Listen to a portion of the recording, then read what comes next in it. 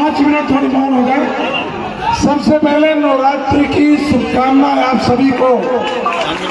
हमारी माताएं बहनें, जो भी लोग, हमारे बुजुर्ग, हमारा युवा वर्ग, हमारे छोटे छोटे प्यारे प्यारे बच्चे जो भी हैं, मैं उन सबको सादर प्रणाम करता हूं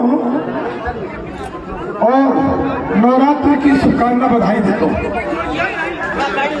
मैहर जिला बनने के लिए भी मैं आप सभी को बधाई शुभकामना देता हूं। ये बंद बंद कर दो, लास्ट में बात कर लूँ। ये मालिक लास्ट में लग दीजिए, माला आपका स्वीकार कर लिया गया। ठीक नहीं लगता वो ये चिड़िया।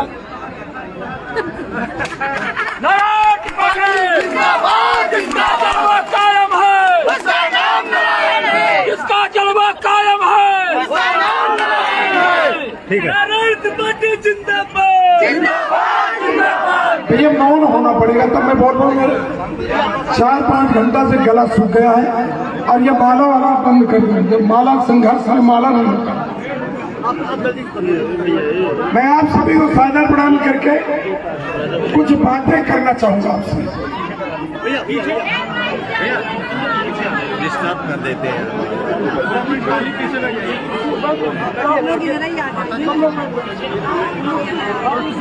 ये आप जिसे सब कुछ सुना रहे हैं ना,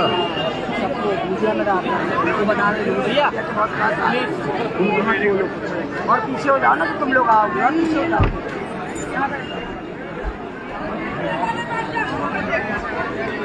भाई सही बोल रही है कि किनारे किनारे हो जाओ। सब लोग जो है महिलाएं, उनको भी तो कहीं जगह दे दो ना। अब ये किलिल मची रहेगी तो कौन भाषण देगा?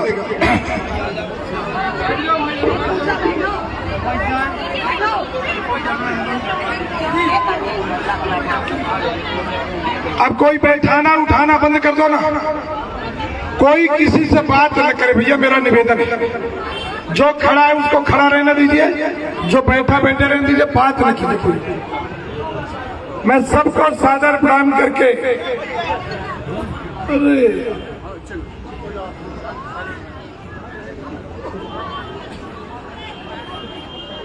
मैहर 16 तारीख को आना था। 16 तारीख को अचानक एक काम पड़ा, नहीं आ सकता था, दिल्ली में था। मैं बोला 17 को आऊंगा, क्षमा चाहता हूं, माफ कीजिएगा। इसके बाद भी जो लोगों में उत्साह, जो जुनून देखा, उसके लिए मैं सभी को आपके आशीर्वाद के लिए धन्यवाद बधाई देता हूं, प्रणाम करता हूं। हमारे जितने जो लोग भी हैं जिनके कारण ये नारायण त्रिपाठी है, मैं उनको बार बार प्रणाम करता हूं। ये मेरा पूरा जीवन इस मैहर के लिए है, मैहर के विकास के लिए, मैहर में सौहार्दपूर्ण वातावरण बना रहे, इसके लिए मैहर में जात पात, घर द्वार, ये झगड़े का पनपे, इसको निभाने का काम करता हूं। मैं अपने राजनीतिक जीवन में घरवाद, परिवारवाद, जातिवाद कभी अपने पार से नहीं आने दिया। मैं अपने राजनीतिक जीवन में कौन वोट दिया, कौन वोट नहीं दिया, कभी ये पलट के नहीं देखा। जिसको मैं जानता हूं कि मुझे वोट नहीं दिया और भविष्य में भी वोट नहीं देगा, यदि मेरे पास आया है तो ईमानदारी के साथ उसकी मदद की।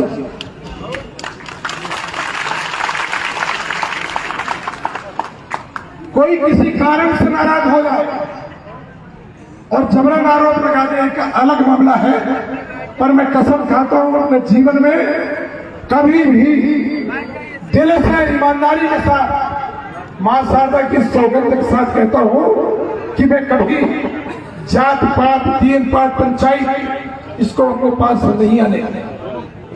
राजनीति किया तो ईमानदारी की राजनीति किया। कोई नेता बनता है तो सबसे पहले अपने धंधा व्यापार को स्थापित करता है, अपना धंधा मजबूत करता है, व्यापार मजबूत करता है।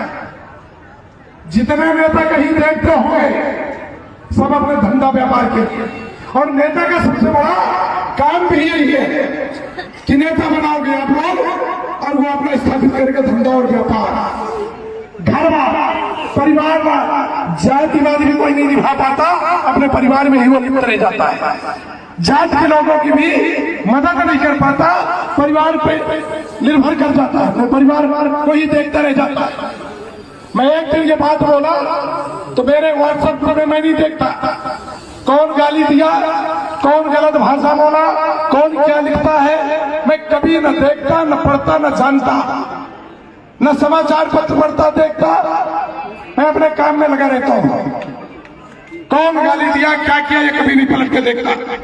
मैं एक लेटर भेजा, मैं घरवाद परिवारवाद जातिवाद की राजनीति नहीं करता, तो मुझे कुछ लोग बताए कि भैया एक आदमी लिखा है, क्या आप जातिवाद घर की राजनीति करते हो, इसलिए लड़का को जनपद सदस्य बनाए हो और उपाध्यक्ष बनाए हो। ये विकास त्रिपाठी मेरा बड़ा बेटा आनंद त्रिपाठी यहाँ कहीं है। आनंद त्रिपाठी राजनीति करना चाहता था, मैं मना कर दिया कि तुम राजनीति नहीं करोगे, बड़ी तकलीफ है। वो मान गया। हमारा बिच्छू ये अचानक बोला मुझे चुनाव लड़ना है। मैं कहा नहीं लड़ता। कई सीटों की बात किया, मैं कहा यहाँ ये लोग लड़ रहे हैं, यहाँ ये लड़ रहे हैं, ये चुनाव लड़ना बंद करो। अंत में बेलहा को चुना कि मैं वहां से जनपद सदस्य का चुनाव लड़ूंगा। मैं कहा तुम जानना, मैं एक आदमी से न फोन पे बात करूंगा, न तुम्हारी मदद करूंगा, न तुम्हारे क्षेत्र में जाऊंगा। तुम्हारे कर्म हो, अपने कर्मों से राजनीति कर सकते हो तो तुम चुनाव लड़ना, मैं तुम्हारी कोई मदद नहीं करूंगा। सोनवारी तरफ के भी लोग हो गए, कोई मुझे बता दे कि मैं किसी के पास गया हूं, ये फोन करके बोला हूं किसकी मदद करो। न मैं फोन करके बोला, न मैं गया। बेलहा मोड़ से निकलना पड़ा है तो गाड़ी में सर नीचे कर लिया हूं कि कोई देख के नमस्ते भी न करे। और जब जनपद सदस्य बन गया तब मेरा फर्ज दायित्व बनता था कि उसके लिए प्रयास करूं। मैं तो आज तक नगर पालिका में या जनपद में लगातार बनाते आए अध्यक्ष, चाहे नगर पालिका हो चाहे जनपद का मामला हो, पर कभी हम नगर पालिका ये जनपद बनाने के बाद भी ये देखने नहीं गए क्यों क्या कर रहे हैं, ये हम जाके वहां स्वागत करवाए। जो बन गया वो अपने भाग्य से बन गया। नारायण त्रिपाठी का राजनीति में न कोई धंधा है, न कोई व्यापार है। नारायण त्रिपाठी का राजनीति में धंधा और व्यापार होता तो जिस तरह लड़ाई में माननीय मुख्यमंत्री जी से लड़ा, मुख्यमंत्री जी मुझको भी एक बार धमकी दिए थे। मैं जो लड़ाई लड़ा धंधा व्यापार होता मेरा तो मुझको जमीन में खोद के गाड़ दिया जाता। जिस तरह में लड़ाई लड़ा, और लड़ाई में सिर्फ लड़ा जो शिवराज जी घोषणाएं कर गए। बाई इलेक्शन में आए, गांव गांव हम घुमाए, जहां जहां गए वहां की बातें रखी गई, वो घोषणा करते गए। जब घोषणा करते गए तो चुनाव होने के बाद वो कागज लेके मैं प्रकट हो गया जिंदगी तरह कि अब जो घोषणा करके आए थे उन घोषणाओं को पूरा। और वही लड़ाई लड़ते लड़ते ये नारायण त्रिपाठी बागी और बगावत वाला बन गया। कई बातें आती है, एक बातें आएगी कि भारतीय जनता पार्टी नारायण त्रिपाठी को टिकट नहीं दिया। नारायण त्रिपाठी मंच से बोलता है, हमारे प्रदेश के मुखिया राजनीति के भारतीय जनता पार्टी के नेता वो भी सब जानते और सुनते हैं। रामपाल सिंह जी पूर्व मंत्री और भूपेंद्र सिंह जी वर्तमान मंत्री, जिस दिन शिवराज जी की सरकार चौथी बार बन रही थी, मेरे पास आए और बोले कि आपको साथ देना भारतीय जनता पार्टी में चल रहा है। मैं बोला था कि 2023 तो भारतीय जनता पार्टी का एमएलए रहूंगा, पर भारतीय जनता पार्टी में नहीं रहूंगा। इसलिए कितना बड़ा छल कपट धोखा झूठ फरेब ये सब मेरे बर्दाश्त के बाहर। मैं चमचा के लिए नहीं कर सकता, मैं आगे पीछे घूमने की राजनीति नहीं कर सकता। माई की कृपा से और मैहर के लोगों के आशीर्वाद से मैं छाती ठोक के सामने आके बात किया और मैहर की घोषणाओं के लिए लगातार लड़ाई लड़ता रहा। इनके साथ चाल चरित्र चेहरा छल कपट धोखा से नाराज होकर मैं बड़ा स्पष्ट कर दिया था कि मैं भारतीय जनता पार्टी में नहीं रहूंगा। ये सभी लोग जानते हैं नेता लोग। यहाँ की बात नहीं करता, मैं भोपाल की बात करता हूँ, सभी नेता करते हैं। फिर कांग्रेस की बात आती है, कांग्रेस की बात जब आती है तो मैं बोलता हूँ कि मैं अर्जुन सिंह जिंदाबाद से राजनीति की शुरुआत किया, श्रीनिवास तिवारी जी जिंदाबाद करके राजनीति की शुरुआत किया, कमलनाथ जिंदाबाद की राजनीति से शुरुआत किया। मैं ये तमाम लोग मेरे साथ कमलनाथ के पास छिंदवाड़ा भी जाते थे जब हम छोटे होते। जो मेरे संबंध है मैं वो संबंध निभाता हूं। मैं कई बार बोलता हूं, हमेशा बोलता हूं कि मेरे राजनीतिक गुरु और मेरे राजनीतिक आदर्श माननीय मुलायम सिंह यादव स्वर्गीय हो गए, पर आज भी मैं बोलता हूं और भारतीय जनता पार्टी के कार्यालय में जहां 150 भारतीय जनता पार्टी के नेता बैठे थे, जब भारतीय जनता पार्टी में मेरी अधिकृत घोषणा हुई थी तो उस प्रेस वार्ता में मैं बोला था कि मेरे राजनीतिक गुरु और राजनीतिक आदर्श माननीय मुलायम सिंह यादव है। मैं रिश्ते निभाता हूं, रिश्ते खत्म नहीं करता। जिससे मेरे रिश्ते हैं वो रिश्ते अंत तक निभाता हूं। कमलनाथ से रिश्ते हैं, दिग्विजय सिंह से रिश्ते हैं, तो मेरे रिश्ते हैं। कमलनाथ जी गौ संवर्धन बिल के बारे में मुझसे बोले थे कि नारायण तुम मेरी मदद करो, गौ संवर्धन बिल में लागू करूंगा, पेश करूंगा, उसको पास कराना चाहता हूं। मैं कहा गौ माता की रक्षा करना हमारा भी उद्देश्य है, हम हिंदू धर्म को मानने वालों में हैं, तो गौ संवर्धन बिल्कुल मैं साथ दूंगा और मैं साथ दिया। फिर मैं कहना चाहूंगा कि गौ संवर्धन बिल के द्वारा कमलनाथ ने पूरे मध्य प्रदेश में गौशाला खुलवाने का काम किया, पर जब शिवराज जी चौथी बार फिर सीएम बने तो गौशाला गौ की जेल में बदल गई। वो गौशाला खाना नहीं, चारा नहीं, भूसा नहीं, पानी नहीं, वो गौ उस गौशाला के जेल में भूख से तड़पती, पानी से तड़पती, मृत्यु हो रही, मर रही है, उसका पाप लगेगा, प्रायश्चित करना पड़ेगा। ये बात वो कई बार हुआ। अब इसमें लोग मुझे कोई कह दे कि मैं टिकट की लाइन में खड़ा हूं, मैं टिकट की लाइन में नहीं खड़ा होता कब। मान सम्मान स्वाभिमान मेरे लिए पहला है, इसके बाद राजनीति है। पर मैहर क्षेत्र की जनता के लिए मान सम्मान स्वाभिमान सब कुछ मेरा न्यौछावर है। ये पूरा जीवन न्यौछावर करता हूं इस मैहर के लिए। मैहर जिला बना, जब मैहर जिला के बनाने की बात किया तो तमाम नेता मजाक उड़ाए कि मैहर जिला बनने की कोई योग्यता है ही नहीं, मैहर जिला बन ही नहीं सकता।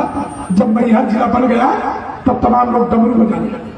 ये नहीं देखे कि नारायण त्रिपाठी विधायक पद की कुर्बानी देने के बाद इस मैहर को जिला बनाया।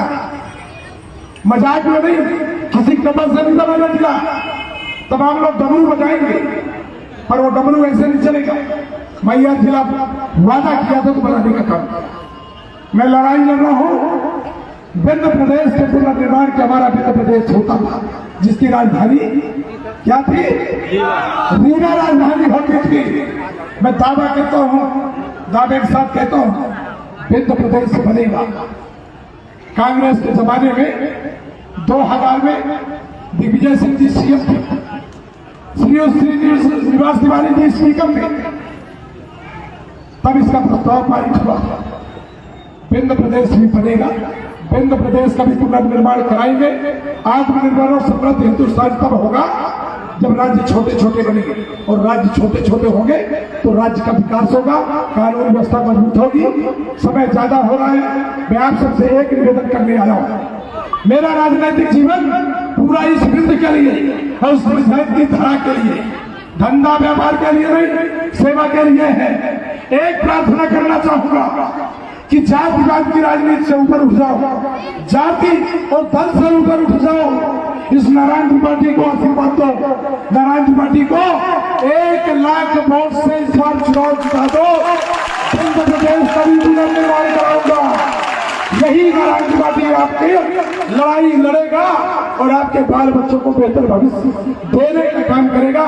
इसलिए प्रार्थना करता हूं, आप सब लोगों से निवेदन करता हूं, एक बार भूल जाओ जाति, एक बार भूल जाओ दल। नारायण त्रिपाठी को अपनी जात का मान लो। नारायण त्रिपाठी कभी जात की राजनीति नहीं किया, अपनी जात का मान लो। और एक बार नारायण त्रिपाठी कुछ गलतियां भी किया हो तो भूल जाओ, इसलिए कि नारायण त्रिपाठी अपने घर के लिए भी नहीं कर पाया कुछ। परिवार के लिए भी नहीं कर पाया, न माता की सेवा कर पाया, न पिता की सेवा कर पाया। छोटा भाई खत्म हो गया, लड़के बच्चे बेरोजगार मांग रहे हैं, पर मैं धंधा की राजनीति तो नहीं किया।